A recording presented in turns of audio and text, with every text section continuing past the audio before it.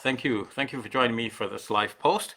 I begin by praising our Creator and Fashioner, the Creator of the heavens and the earth. I ask you, Ya Rab, send peace and blessings upon our beloved Prophet Muhammad, peace be upon him, and on all of the prophets and messengers throughout history that you have sent with your message. So, brothers, sisters, and friends, I'll just adjust the camera a little bit here so as to get a better picture. And then we're ready to start. So, Bismillah, Alhamdulillah, wa salatu wa salam ala Rasulillah. Today we're dealing with Mark chapter 16, verses 9 to 20. This is called the longer ending in some Bibles. And we will look at what this all means for us. So far we've commented on the entire Gospel according to Mark, except for this longer ending. And this longer ending is not part of the earliest and most reliable manuscripts that exist today of Mark's Gospel. And that has led to a lot of discussion as to whether Mark intended to end his Gospel at Mark chapter 16, verse number 8, where the women fled from the tomb and said nothing to anyone because they were afraid. So this leaves a lacuna in the story. Christians want to know, like, what happened then? Did Jesus rise from the dead? What happened to his body? Did his body go missing? I'll just make sure that my phone is on silent mode here, so we don't get disturbed. Yeah, so what happened to his body? The angels told the women, according to this early part of Mark's Gospel, chapter 16, verses 1 to 8, the angels told the women, go and tell the disciples that he has risen. He is going ahead of you to Galilee. There you will see him. And so that you would expect that the women would go and tell the disciples this wonderful news that Jesus rose from the dead and he's going ahead of you to Galilee. Go to Galilee, guys, and see him there. But Mark chapter 16, verse number 8 said that they said nothing to anyone because they were afraid. And then it leads to the question, how did even Mark know this story to be able to write about it if they said nothing to anybody? So one might assume, okay, maybe later on they told some people, but that's an assumption. Mark's story ends right there. And it leaves a lot to be desired from the Christian point of view. So Matthew and Luke basically did a rewriting of Mark's gospel. They wrote their own gospels, but they were basing it on Mark. They were basing their writings on Mark's gospel. So when they got to this point, they revised that last line where the women fled from the tomb and said nothing to anybody because they were afraid. And so Matthew has it that they ran from the tomb with fear and great joy. So what Matthew does often, as was pointed out by James Dunn, is that Matthew retains as much of the wording of Mark as possible, but then he also turns it away into a direction that he wants. So in this case, he retains the fear element, but he also adds the great joy. And so, they told this to the disciples and all of the rest. And in a similar way, Luke, maybe and not in the exact way, but Luke in his own way, similarly wanted to revise that. So he just simply said that returning from the tomb, they told this to the disciples and all of the rest. Something of that nature. The wording that I'm quoting here is not verbatim, but that gives you the sense of what they have done. And then both Matthew and Luke go on to speak about Jesus appearing to his disciples after this tomb was found empty. And that gave them, obviously, the assurance that Jesus was raised from the dead. And John is a complete rewrite. John went his own way in rewriting the whole thing from beginning to end. And he too, in the final phase, has it that Jesus appeared to his disciples so that he ate with his disciples. Or John is not so very clear that Jesus ate, if I remember correctly. Luke is very clear that Jesus ate. John is not so very clear, but he's nevertheless there with them, and he's preparing breakfast for them on the seashore. But he has some, remarkable appearances there to his disciples, and he invites them to touch even the nail wound and the spear wound on his side, so that they can verify that this is actually Jesus right here and then. And obviously, if he can be touched like this, then it would mean that he's not a ghost, he's not a spirit, he's he's got some solidity to his body. And Luke says very clearly that Jesus said that a spirit does not have flesh and bone as you see me have. So he is a solid body there. So this is how the other Gospels have tried to revise the story. Now I'll get now to how some people have appended an ending to Mark's Gospel. And they have appended basically two endings. One is referred to by some as a shorter ending, a kind of a conclusion, just a kind of a summary, which in some says that Jesus began to appear to his disciples and he gave them the commission to go and tell everybody this wonderful news. And there is a longer ending, which now spans verses 9 to 20 in chapter 16 of Mark's Gospel. And this is what I will spend the rest of my time today looking into in detail. Before I do that, I just want to take a quick look at your comments and make sure that everything looks right and sound right, because I'll know from your comments. So I see a lot of comments here, and thank you all. And from a quick glance, I do not see that anyone is saying that there's any problem with the stream. So I take it that all no news is good news. In the meantime, I see that Ilyasu Al-Hassan has shared the stream. Thank you very much, my brother, and brother Muhammad Mustafa as well. Thank you very much for sharing this the stream. So I will return to your comments in a few minutes. Let me just introduce you to a couple of Bibles. This is the Holy Bible Revised Standard Version. And in particular, it's the 1952 edition. You can see the date is here, 1946 to 1952. So we will say this is the Revised Standard Version of the 1952 edition. So you want to get this. You may not be able to buy a new copy, I don't know, but you may be able to buy a used copy, and it'll be very valuable in your dawah, because you may want to show some people that, in this Bible, when we go to Mark chapter 16, go to Mark chapter 16 here.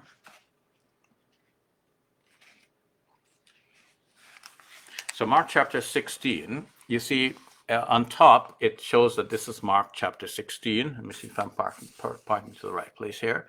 Am I pointing to the right place here? Yes, Mark chapter 16, right? You see, it says Mark chapter 16 in the subject heading, like on the top of the page. And then below that, you see the Gospel according to Luke begins, right? Gospel according to Luke. So Mark chapter 16 up here, you can see it's telling the story that the angels were saying to the women, you're looking for Jesus who was crucified. So you only see the words here, who was crucified. He has risen. He is not here. See the place where they laid him. But go, tell his disciples and Peter that he's going before you to Galilee. There you will see him as he told you. Okay, so Jesus had apparently already told them prior to this that this will happen. And they went out, that is, the women went out, and fled from the tomb, for trembling and astonishment had come upon them, and they said nothing to anyone, for they were afraid. They were afraid, so they said nothing to anyone. And that's the end of the story. Then the Gospel according to Luke begins. Now, that's how it ends in the most reliable and earliest manuscripts of Mark's Gospel. So you see there's a letter K at the end. You see that letter K at the end there? That letter K is telling us, look for the footnote at the bottom of the page. Okay, so we're going to look for the footnote at the bottom of the page, below where Luke's Gospel begins. And there in very small print, we have other texts and versions add, verse 16, 20 to 9 to 20, the following passage. And then we have verses 9 to 20. So verse number 9 begins right there. And then it goes all the way down to verse number 20 right there. See? Verse number 20. But all of this is at the bottom of the page as a footnote for those who care to read it. But it's not shown to be part of the gospel itself. It's shown to be a footnote, as if, the editors are explaining something. Now, our Christian friends who are apologetics for apologists for the faith, they say, well, you know, we have footnotes in our Bibles. Our Bibles are very honest because they tell us honestly what the situation is, and we are calling on Muslims to have like a critical edition of the Quran as well, and telling us about variant readings and whatever. And as I've pointed out previously, Muslims have done this in the Arabic for a long time. And they started to do it in English as well, like with the Bridges translation of the Quran. But what is interesting here is that these are not simple passages. These are, you know, very important passages. This changes a lot, because if we had only Mark's gospel, and that's the earliest of the four gospels, and it ends with this story saying that the women fled from the tomb and said nothing to anybody because they were afraid, then people would wonder, like, did Jesus really resurrect from the dead? And you know, for the Christian apologists, this is a very major point. You know, some of them make their whole career depend on this one point, that Jesus rose from the dead, and that is our proof that he is the Son of God, and that he is God, and so on. And you know, they make a big deal out of that, the idea that Jesus rose from the dead. So they want the proof for that to be quite secure. And moreover, the point that I wanted to make as well about the critical editions is that most of the critical editions that they have do not do what this edition of the Bible has boldly did. Put the verses number 9 to 20 down as a footnote down at the bottom of the page, showing very clearly that in the earliest manuscripts you have this stark ending to Mark's gospel. So this was the 1952 edition of Mark's gospel, and what did they do? In 1971, they revised this book. So the same Holy Bible Revised Standard Version, but the 1971 edition, they put those verses from the bottom of the page right back up on the top, so that it looks like text of the gospel according to Mark again. And all of those apologists who are going around saying, look, we have critical footnotes and it's showing you the variations in the manuscripts and all of that, they're usually using not this Bible. Hardly anyone is using this Bible nowadays. This is why you won't be able to buy a brand new copy. Probably you will have to buy a used copy, because those who got it when it was available, they got it, and after that it was out of the market. And so why did the publishers of the Revised Standard Version of the Bible revise it in 1971?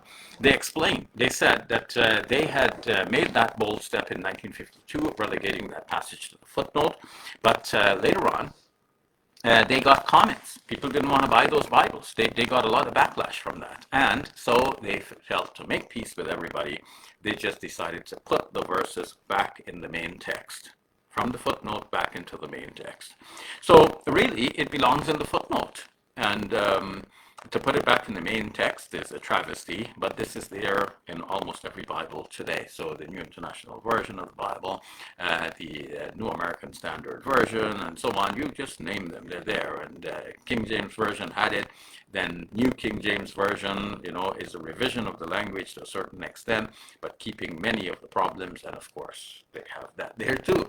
Because if it's not there, it's quite a lacuna, and people notice the difference, and people are going to ask questions.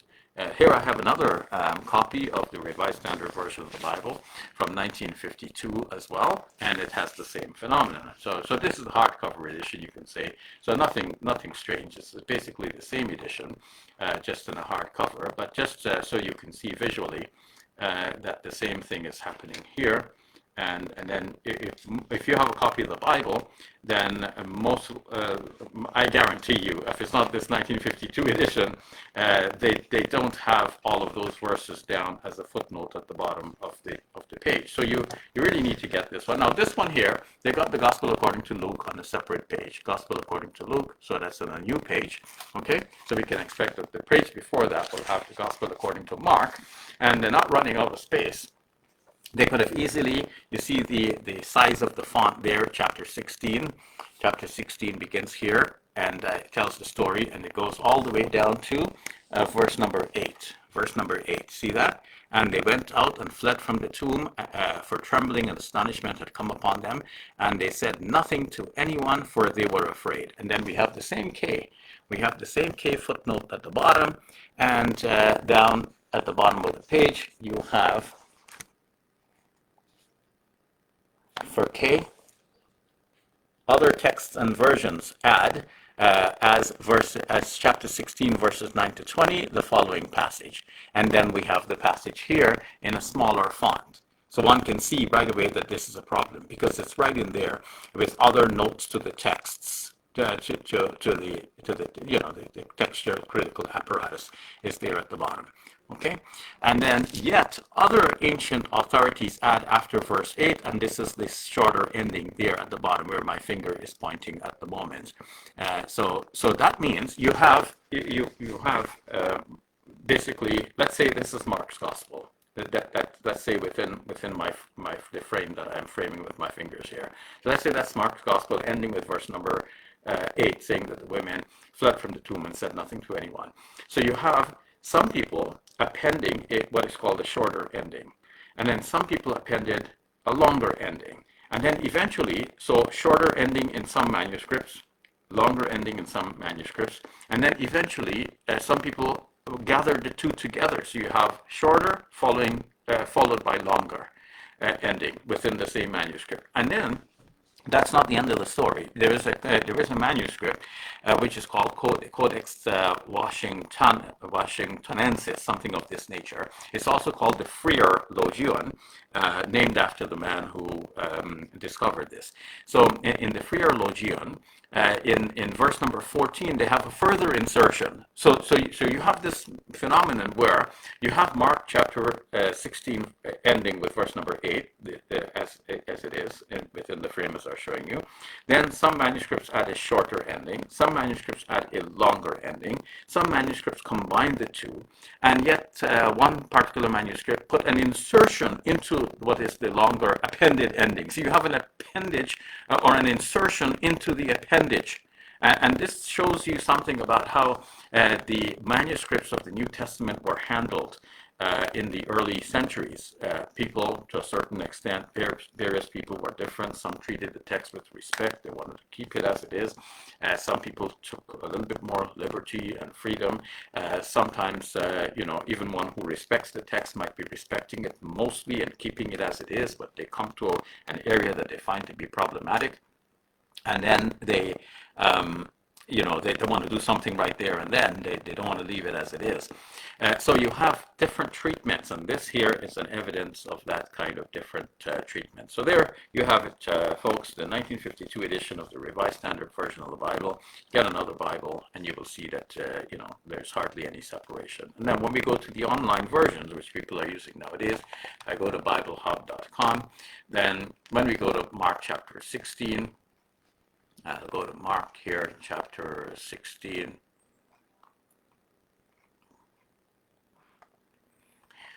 And if I go, let's say, to the New International Version Bible, so we get to Mark chapter 16, verse number 8. Following that, it says here in square brackets, the earliest manuscripts and some of the ancient witnesses do not have verses 9 to 20, but verses 9 to 20 are there in the same size font, so one would hardly guess that there is some problem there. If you go to New Literal Translation, then we have also similar notations, but we have the text in the same size font. It's no longer a footnote. And then there are footnotes, so this is distinguished from the footnotes. And then there they have a footnote D saying that chapter 16 verse 14 some early manuscripts add, and they excuse themselves saying, and that's the insertion that is there in what I refer to as the Freer Logion, that is in the New Living Translation. If we go to King James Version of the Bible, then King James Version of the Bible, I don't even see a notation here. There is no notation saying that anything is different here. And so one gets the impression this is just part of the Bible. If I go to the New King James Version of the Bible, then here too, let me see, yes. So now there was a notation, only a footnote marked off by the letter C. So we got the verse number 9, and you got 9, and then the C. And then so C, we go down to C as a footnote at the bottom of the page. It says Mark chapter 16, verse 9, and that's the notation where it is found. And it says verses 9 to 20 are bracketed in NU as not the original text. So what's NU? It's, I don't know at a glance what is NU. Probably it refers to the United Bible Society's text. I don't know, but it's NU, or the New Testament. The Nestle Allen text, the 2017 edition. I don't know what they mean by NU. And, I've been studying the Bible for a long time. So if I don't know what is NU, I bet you that a lot of people don't know what is NU. And so, they put like a note, but they put it in such a cryptic form that hardly anybody's going to know what they're talking about. So they just glance over it. That's too complicated. We move over it. We have our Bible. We're okay. So it says here, bracketed in NU as not in the original text. They are lacking in Codex Sinaiticus and Codex Vaticanus, although nearly all other manuscripts of Mark contain them. So Codex Sinaiticus and Codex Vaticanus, my friends, these are not ordinary manuscripts. These are major manuscripts that were produced in the 4th century, and like they are major scholarly works. It's not just an ordinary piece of writing that somebody penned off in a hurry and that they could have made mistakes with. These were done by scholars. They knew what they were doing, and they realized that that's not part of the Bible. They didn't include it, and now other manuscripts include them, and these publishers, they want to include that as well, and so they have it there, and they put an obscure note so people will not be clued in to what is happening there. So while I have the New International, the New King James Bible page open, I'll just say in brief what is here, and then I'll turn to your questions and comments. So Mary Magdalene sees the risen Lord. This is verse number 9. And now when he rose early on the first day of the week, he appeared first to Mary Magdalene, out of whom he had cast 7 demons. So this could be a borrowing from from John's Gospel. Not necessarily, but you can see the similar story is there in John's Gospel. Let me drink some water.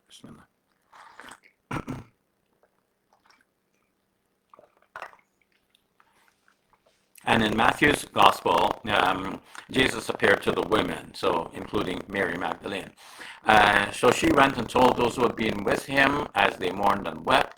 And when they heard that he was alive and be seen by her, they did not believe. So this now mirrors Luke's Gospel. In Luke's Gospel, they took what the women were saying for nonsense. So you can see whoever has done this, they have pieced together stories from different strands and traditions, and probably even from different Gospels, from the other Gospels that are there in the Bible, and they have pieced it together into a nice comprehensive story that will convince everyone that Jesus rose from the dead, and he appeared to his disciples in this Gospel also. Otherwise, you would have like a major problem. People would be reading this and wondering, like, why doesn't Mark have one of the appearance stories? Didn't he know those stories? Or did he know them and did not believe them? And so on. So, but to quell all questions, this appendage is there. And in verse number 12, after that, he appeared in another form to 2 of them as they walked and went into the country. That's from Luke's Gospel. And then they went and told it to the rest, still in Luke's Gospel, but they did not believe them either.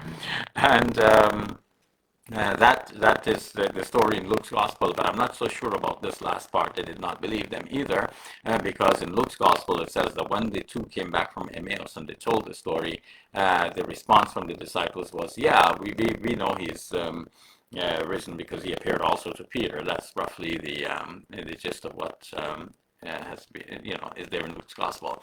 And then the Great Commission, verse number 14. Later he appeared to the 11 as they sat at the table, and he rebuked their unbelief and hardness of heart, because they did not believe those who had seen him after he had risen. And that too, that could be like, in Luke's Gospel, he rebukes those who did not believe.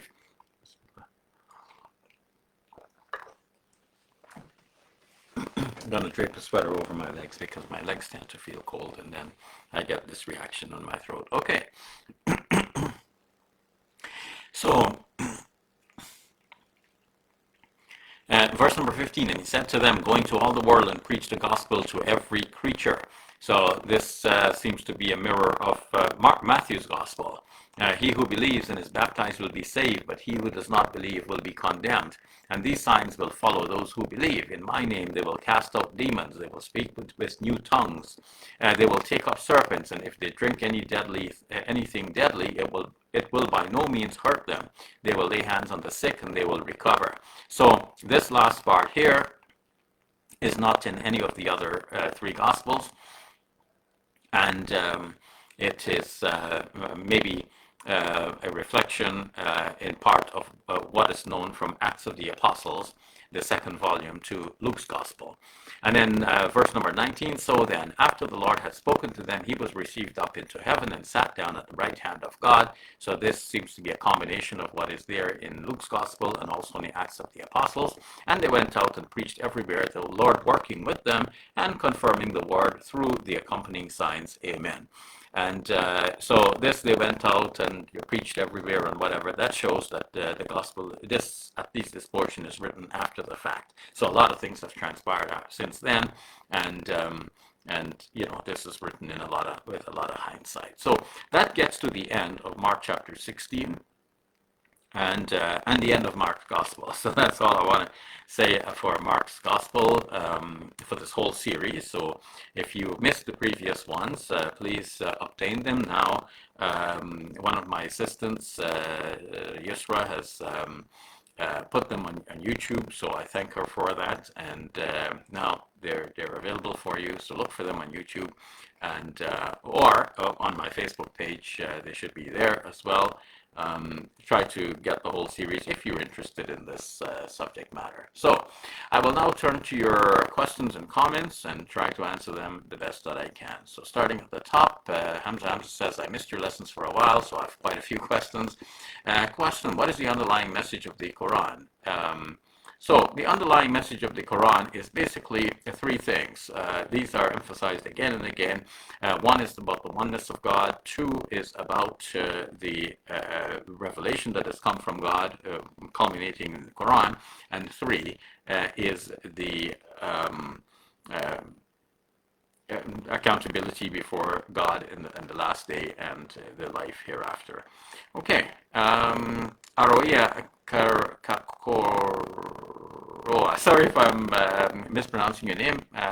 Shabir Ali, question regarding Mark 16:8. What day of the week was it that the women went to the tomb? What day of the week was it in the creation event? And what is the significant link to the resurrection? What was significant about the day after the Sabbath during the Holy Week of unleavened bread? So Genesis chapter 2 verses 1 to 2 and Leviticus chapter 23 verses 6 to 14. So Aroia, it looks like you have a point to make about this, and if so, please make the point. Otherwise, it will take a long time for me to go through all of this, and probably now is not the right time for me to do that. I would be glad to look at that in more detail later on. But if you have a particular point, please make it. So in the creation event, so we have the Sabbath. That is the day that God rested, according to the book of Genesis. And then, so the day after this, this you're asking, so you mean the following Sunday? I'm not sure that even the book of Genesis says anything about that. So I'm not sure what you're getting at. Like, what would be the significance of that day? I appreciate your question, and I wish that I had the answer for you immediately, but please elaborate. Okay, Hamza Sheikh, what exactly does it mean when the Quran commands righteousness? So when the Quran itself defines righteousness in Surah 2, verse 177, it is not righteousness that you turn to your faces to east or west, and then the righteousness is this. So it seems to me that what the Quran is doing there is saying that the righteousness is really something, it is spiritual, it's not so much dependent on the the nitty-gritty of law. It is not the details of the law. Yes, you should follow the details of the law, but that is not what righteousness is. Righteousness is a sort of what we call taqwa. It is the awareness of God, and it's there in the heart of the person. The hadith explains this by saying a taqwa ha'una, pointing to the heart. The Prophet, peace be upon him, reportedly said, the taqwa is here. It is here in the heart. Okay. Hamza asking, Sheikh, how do we reply to those who make an issue out of Allah's attributes, and how can we respond to them? Well, we say that when we talk about the attributes of Allah, these are, they're qualities and descriptions of Allah. So He's merciful, He's kind, and so on and so forth. So sometimes Muslims make an issue out of this, and we should say, there's no issue in the Muslim context. Don't make an issue out of this. And sometimes our Christian friends make an issue by saying, oh, it looks like you have the one God with many different attributes, so you have a many in one. And we say, no, this is different from what you're talking about when you say that God is three in one, because each of the three have the same attributes as well, but that's not the many in one that we find to be problematic. It's when you say that you have three different persons who each of them is completely God, and they're not the same. So when we say the Rahman, He is for merciful, and we say the Ghafur, He's forgiving, we're not talking about two different persons here. The same one who is Rahman, who is merciful, is also Ghafur, is also forgiving. So when they speak about the Father and the Son, they say this is not one and the same. These are two different persons, but together they make up one God. So there's a lot of difference there. It's not like together the merciful one and the forgiving one make up the one God. No, there is one God who is both forgiving and merciful at the same time. Okay. Hamza, okay, everything is good, Sheikh. Thank you for that assurance. And Nahyan Sadman asking, what does Isaiah 53 speak about? Does the verses speak about Jesus suffering for our transgressions? So Nahyan, that passage does not mention the name of Jesus. It mentions a figure who is suffering. And there's been a lot of interpretation about who is that figure. Some think that it is the people of Israel. Some think it's a remnant from the people of Israel suffering on behalf of the rest of Israel and so on. So it's a lot to interpret there, but definitely doesn't refer to Jesus, because it speaks about one who will live and see his offspring. And unless we take the Muslim view that Jesus survived the cross and He will come back and He will have children, well then, this passage does not speak about Jesus. It speaks about somebody who suffered but was not actually killed in that suffering. Okay, Hamza asking, Sheikh, what is the minimum amount of money you need to have to pay zakat in the West? So what is called the nisab, or the minimum amount, this is interpreted in various ways, because we have classical narratives that show that if somebody had this much, they pay that much. So, but those narratives do not define and say, well, this is the minimum, like ad infinitum for all times and all places. But scholars wanted to have some basis from which to extrapolate the minimum amount, and so they took these narratives, and now complication has arisen that if you had so many gold coins, you would pay this much. It would like the 1/40th of that. If you had so many silver coins, you would pay this much. So when they're trying to see what is the minimum, well, they have so much minimum in gold coins and so much minimum in silver coins. And then they conclude that if a person has either gold or silver to this extent, then they would have to pay the zakat on it. So when they look at what is the gold and silver, so it turns out to be about 3.5 ounces of gold, and it turns out to be about maybe 21 ounces of silver. I don't remember so exactly now.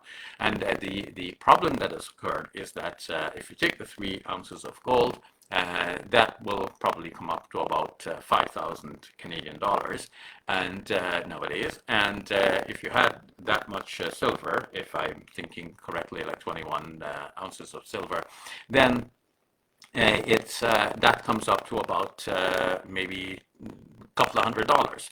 So are you going to pay zakat? Like, who has to pay zakat? Is it the person who has a couple of $100, or person who has a couple of thousand, like a few thousand, a few $100 versus a few thousand dollars?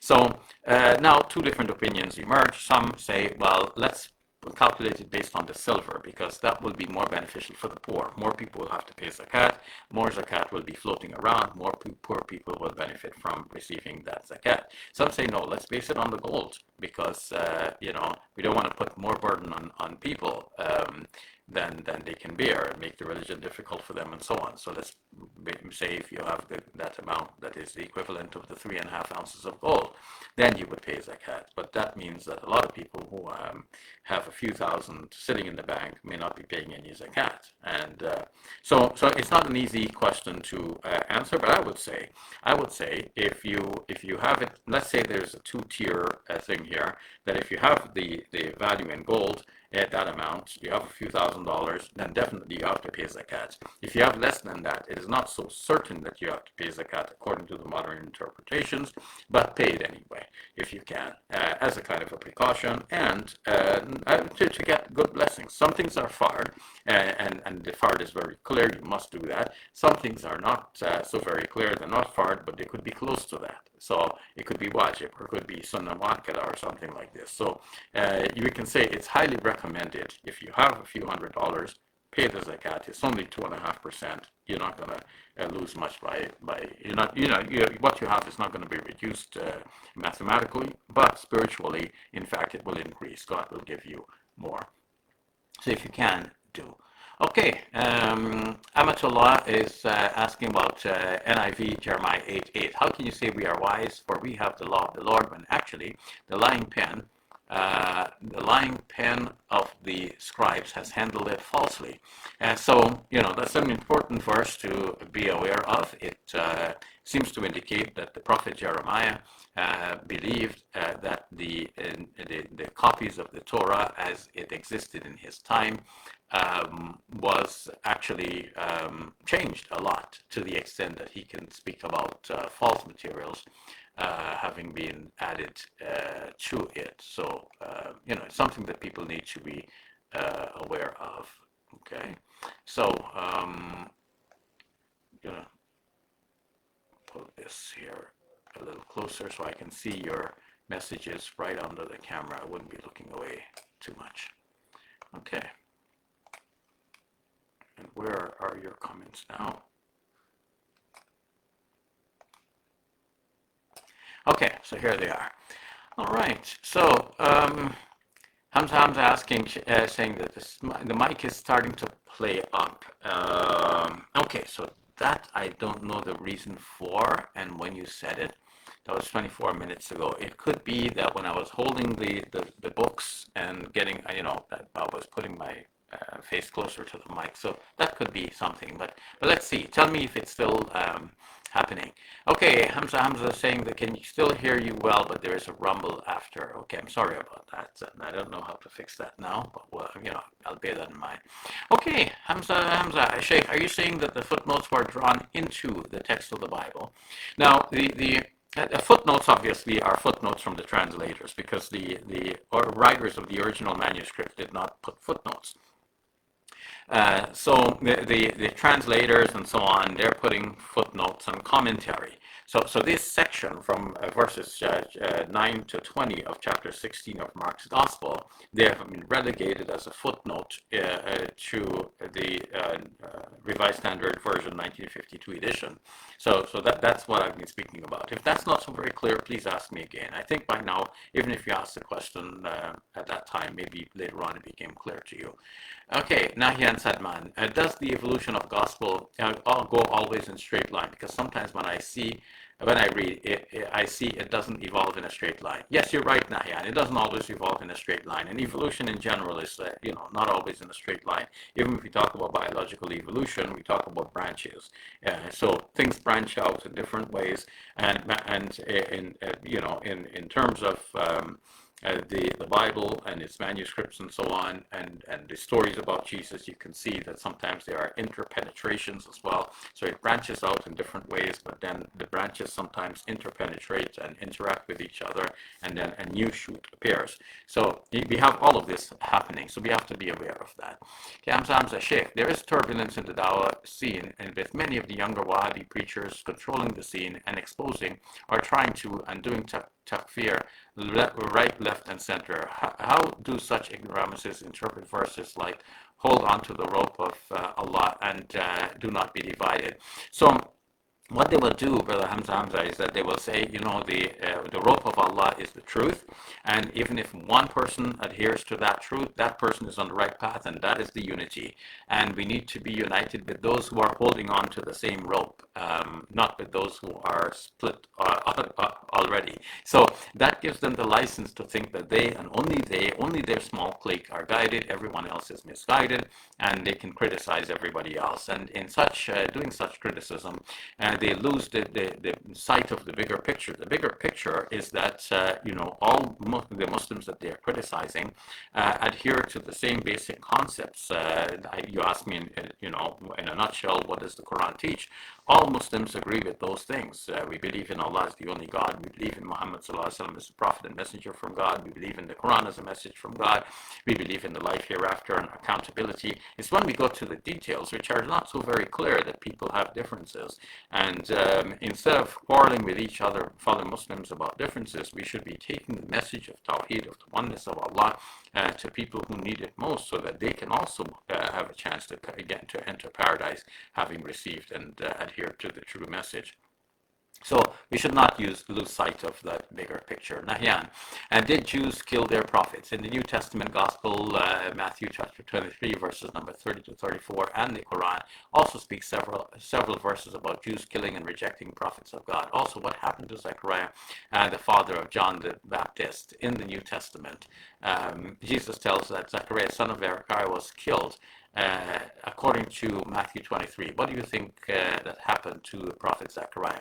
My brother Nahan, I'm a little bit vague on this right now. I have to revise this to be able to give you a firm answer. Gabriel Syed Reynolds has written an article about this, and that is well worth reading.